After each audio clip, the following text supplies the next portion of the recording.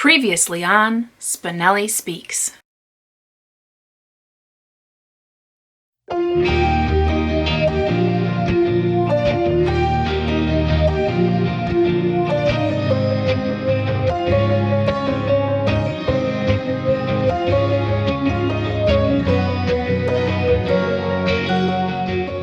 Hi everyone, Dani here. Welcome back to my channel.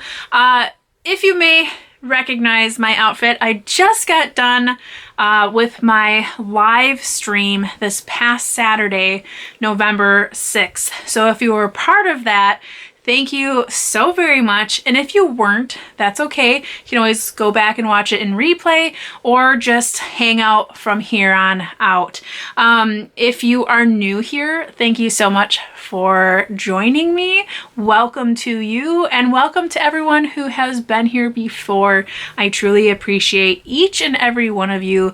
Your support means a lot. So today I was wanting to talk to you a little bit about what I've been reading. Obviously, with being gone for as long as I have, the only two books that you really knew I was reading was Jurassic Park and Lost World because of the Jurassic Park read-along. There are a bunch of live streams if you want to check those out. They're still on my channel.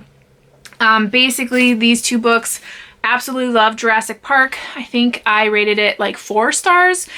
Basically knocked it down a star because of the ending, but really enjoyed this. If you're not familiar with Jurassic Park, a millionaire, so to speak, decides he's going to bring dinosaurs back to life and does it in a way in which just kind of speeds through and then brings a bunch of people to the island where all these dinosaurs are, and craziness ensues. Lots of dying and stuff like that. But excellent read, very fast paced, very fun. There's a few characters that are a little bit long-winded, but other than that, it is an excellent read. If you have not read Jurassic Park, I do recommend it if you do like that scientific meets worldly kind of books. Then we read Lost World. Oh, this book. Again, feel free to jump into the live streams because we do not let anything stay inside our minds. We really let loose. I think I gave this like a 2.5 or 3-star rating. The second half of the book is much more action filled, but at the same time, I just feel like the book itself is redundant. I feel like the same plot devices are used as used in the first book. I feel like a lot of the characters are redundant, and overall I just didn't relate to the book as well as I related to the first one. Not that I can relate to dinosaurs, but you know what I mean. In the second book, a character is resurrected. I won't say who, but then they go to another island that all of the dinosaurs were originally like made before they were brought over to the Jurassic Park island. And basically there's something wrong with these dinosaurs, and there's a character, Richard Levine, who's obsessed with like learning about them, and a bunch of people end up going to the island. Again, a bunch of people die. And let's just say my fear of raptors just continuously gets built on in this book. If you're thinking the book is like the movie, it is not at all like the book. The movie and the book, the adaptations they're not the same. There's elements that are the same, but the movie goes in a completely different direction, all of which does not happen in the book. So if you're interested, those two are there. I would say you could just read Jurassic Park and be a-okay. Lost World does not build on or anything like that. So love to hear your thoughts on those books. So those are two that I finished in my hiatus. I also read Girl with the Pearl Earring. I listened to this in audio. I have a copy myself. Obviously you can see it, it's right here.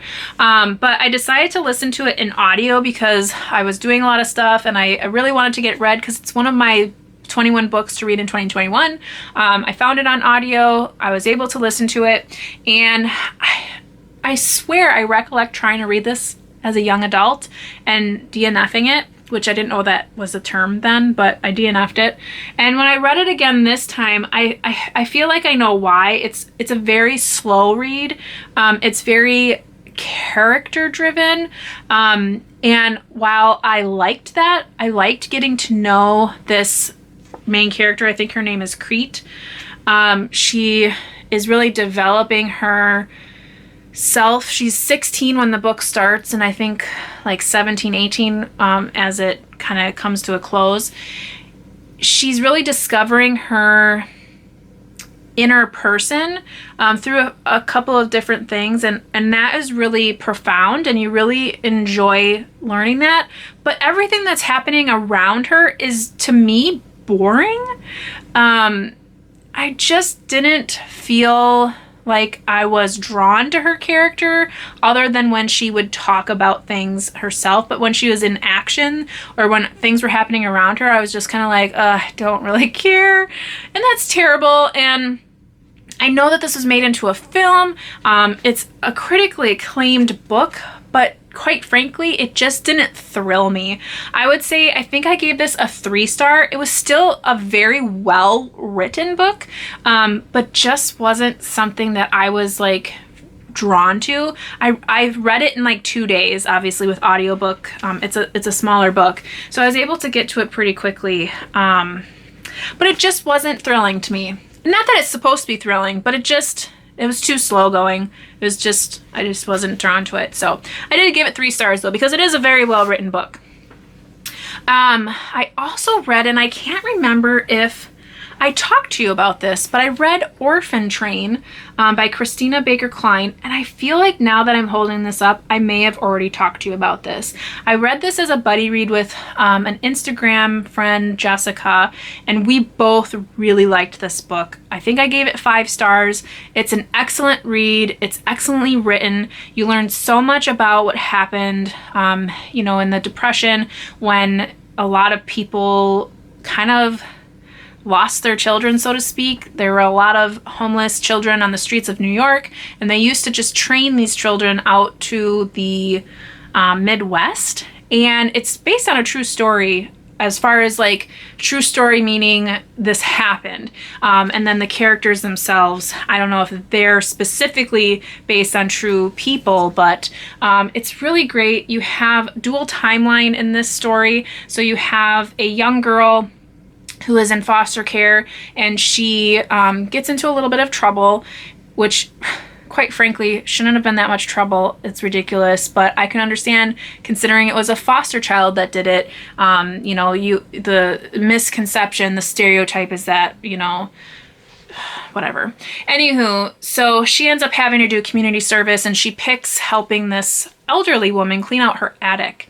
And through their interactions and through a dual timeline of the 20s, you find out that this elderly woman was also someone in foster care through this orphan train, through coming from New York to the Midwest.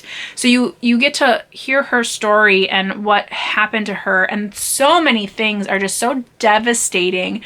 And it's so hard to read of these terrible things happening to a child, but overall still amazingly written, still an amazing story, and I just really loved it. I read this really quickly. I couldn't help myself. It was so good. It's not a very long read. It's less than 300 pages. So if you're looking for something that is just an excellent read, definitely pick this one up. And I'm sorry if I've already talked about this, but I wasn't sure, so I picked it up to tell you about today, because I know I read it in the last couple months. With my book club, I read for the first time a Stephen King book. Now, this isn't really one of his books, because as you know, they're all, tomes. But this is a short story, Rita Hayworth and the Shawshank Redemption. Most of us are fully aware of the film and have seen it syndicated so many times that we feel like we know the short story even without reading it. And I would say that it's quite similar. There's a lot that is in the movie. Obviously, the movie's like 4 hours long, so there's not much you can miss. So they did a really nice job. Obviously, things change, characters, that kind of thing. But overall, a really good adaptation. I think I gave this like a 4 or a 3-star rating, and quite frankly, it's because for being a first-time Stephen King reader, I was not impressed with his writing style. I feel like he's very, like, he's an easy read as far as he's just very, I don't even know what the word is to describe just how, I feel like his writing is lazy. And I don't know if that's because my expectation for him, because he's such a prolific writer, was that he has this phenomenal writing style. But for me, it just was like, here's a sentence, here's a sentence, here's a sentence, here's a sentence, here's a sentence. And not to say that his characters weren't well written, they were. But I also didn't feel like I was reading a profound piece of literature. It just was, I felt like I was reading something out of one of my master's programs, creative writing classes. Like, this is something that someone submitted. I don't know if that's super cruel, but that's how I felt. Did I enjoy it? Yes. Were there parts of it that I felt were extremely problematic? Yes. Am I going to talk about those right now? No. But if you are interested or curious, the difference between the film and the short story, pick it up. If not, leave it alone. But yeah, I mean, overall, I feel like you get the same feeling from the movie, other than the fact of if you pick up on any of the problematic things. So that's another one I read with my book club. We had a great discussion on that. Then I did not read this book. So this is The Heirloom Murders by Kathleen Ernst. Oh man! In my live stream, I had a question about if I've read any Wisconsin writers or books based in Wisconsin, and this is a Wisconsin writer, and it's a book based in Wisconsin. Dang it! Anywho, well, there you go. Here's another one. So I did not read this one, and this is a book that's on my 21 books to read in 2021, and I did not read it because I did not realize that this is the second in the series. So instead of reading this one, excuse me, I did read the first in the series, which is Old World Murders. So it's murders that are happening at Old World, Wisconsin. So if you are familiar with Wisconsin, we have a historical site, kind of tourist center that is based on Old World, Wisconsin. So it's based on like original settlers from Europe, like Norwegian settlers and that kind of thing, and like what they did as far as farming, making food, making pots, that kind of stuff. And this book series is kind of based around Old World, Wisconsin. So when I found out that this was the second in the series, I was like, well, I can't read this one. I have to read the first one first. So I listened to that on audio, and I should put a picture here for you. And it's Old World Murders. And although the story was interesting to me because it's based in Wisconsin, and as you know, I do love reading books from my state, there's just something there that I just really didn't like about the main character. And there were a lot of parts of the book that were too showy instead of kind of letting me figure it out on my own. The main character, there's something about her life, and I won't reveal it in case you want to read it. And instead of like slowly revealing it, they just have another character to like come out and say it. And first of all, I don't know if you've ever been to Wisconsin, but we're typically really polite people. And for that person to have said that just outrightly without ever knowing this person would never happen. Would never happen. So that irritated me. And there were some other things that, like in dialogue, were happening that was really irritating. And to me, like little things like that grate on me the entire time I'm reading, or in this case listening. So I didn't like it. I think I gave it like 3 stars, maybe 2.5. And I was like, I'm not going to continue even though I have this book. And then like the last 20 seconds of the book, there's this cliffhanger, and I'm like, well, now I kind of want to know what happens. So I probably won't read it. I will probably listen to it on audio because that'll take me less time than reading it outright. And I can do other things while I'm listening to it. So I will probably continue on that. On another note of a cozy mystery, I read A Good Girl's Guide to Murder by Holly Jackson, and I'll put a image here. And I read this with Naomi at Naomi's bookshelf. OMG! This book was so good. 5 stars for sure. It is a YA mystery novel, and it is so good. Naomi and I read it in 2.5 days because we could not put it down. I was literally reading the book while I was cooking because I couldn't put it down. I felt so bad for my family because that week we kept eating later and later and later. And it was because I was like, I have to finish what I'm reading right now, and then I'll make dinner, and then I'll make dinner, and then I'll make dinner. Oh my goodness.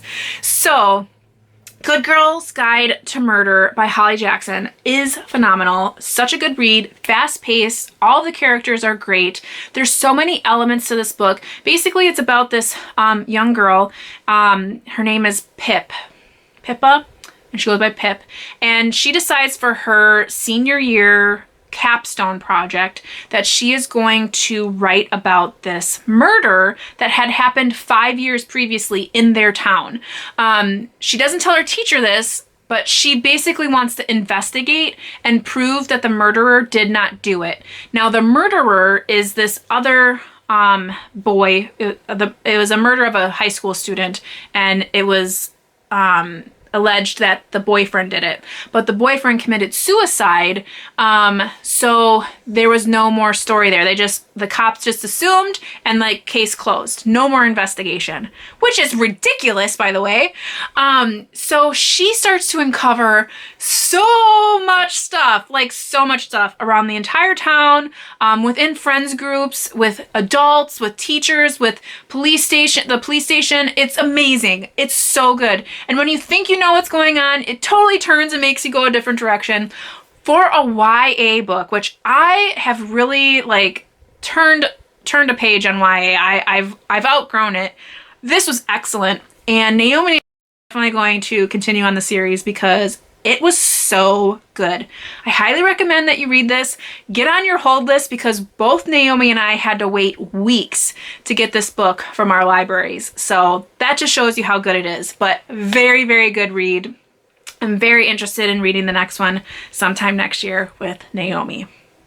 I think that is it that I can recall at this time. I did read Lucky Man by Michael J. Fox, which is one of his autobiographies, and that was decent. I do love Michael J. Fox. He is one of my favorite people in the whole world.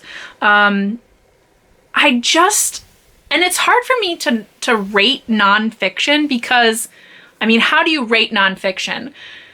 But if I were to rate it, I feel like I'd give it a 3-star, even though I love him to death.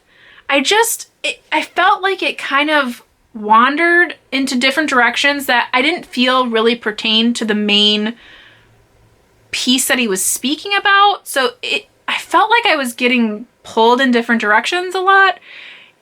And overall, I felt like for a full book, he didn't really talk about a lot, which sounds really terrible. I do have another one of his books. I think it's called Always Looking Up. So I will read that. But yeah, I guess my expectation was just a little bit higher. I did really like the information, obviously. And I'm not rating him based on the information he provided. I just feel like the way that it was provided was a little, I don't know. It was kind of just all over the place. But also together, I don't know. But I did read that as well. And I think there was other stuff that I finished, but I can't remember right now.